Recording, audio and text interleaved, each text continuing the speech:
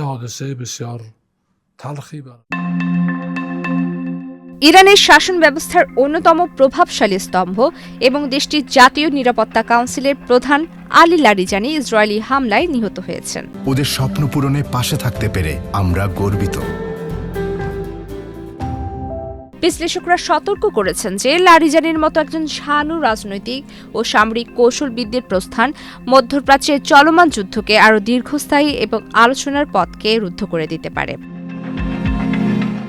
হামিদ রেজা আজিজির মতো বিশ্লেষকদের মতে লারিজানি ছিলেন ইরানের একজন আসল ইনসাইডার। কয়েক দশক ধরে ইরানের রেভলিউশনারি গার্ডস, আইআরজিসি, সংসদ এবং নিরাপত্তা পর্ষদে কাজ করার ফলে দেশটির সব পক্ষ ও এলিট শ্রেণীর কাছে তার গ্রহণযোগ্যতা ছিল। বর্তমান প্রেসিডেন্ট মাসুদ পেজুশকিয়ান একজন সংস্কারপন্থী হলেও যুদ্ধ থামানোর জন্য সব পক্ষকে এক টেবিলে বসানোর মতো রাজনৈতিক শক্তি তার নেই। লারিজানি ছিলেন একমাত্র ব্যক্তিত্ব যিনি কট্টরপন্থী ও মধ্যপন্থীদের মধ্যে সমন্বয় করে কোনো চুক্তিতে পৌঁছাতে পারতেন। লারিজানির মৃত্যুর পর ইরানের নেতৃত্ব এখন আরও বেশি সামরিক কবজায় চলে যাচ্ছে। লারিজানি ছিলেন একজন প্রজ্ঞাবান রক্ষণশীল যিনি সামরিক কৌশলের পাশাপাশি কূটনীতিকেও গুরুত্ব দিতেন।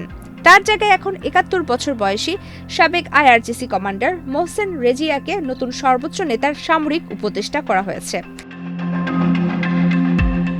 এটি ইঙ্গিত দেয় যে ইরান এখন লারিজানির কূটনীতির বদলে শুধু ইরাক যুদ্ধ প্রজন্মের রণকৌশলী কর্মকর্তাদের উপর নির্ভর করবে, যা সংঘাতকে আরও উস্কে দেবে। মৃত্যুর আগ পর্যন্ত লারিজানি ছিলেন ইরানের প্রধান আন্তর্জাতিক কণ্ঠস্বর। মস্কো থেকে ওমান সবখানে তার ব্যক্তিগত যোগাযোগ ছিল শক্তিশালী।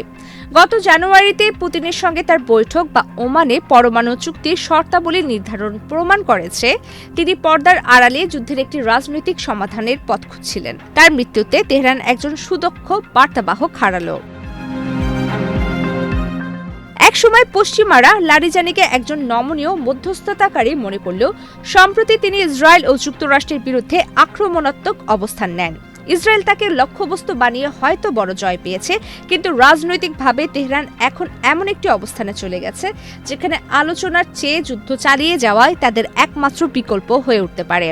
ইতিমধ্যে ইরান ইসরায়েলে হামলার ব্যাপকতা আরও বাড়িয়েছে।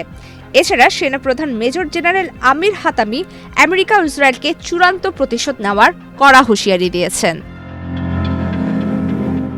প্রমিতি কিপ্টে ইসলাম, বাংলাদেশ প্রতিদিন।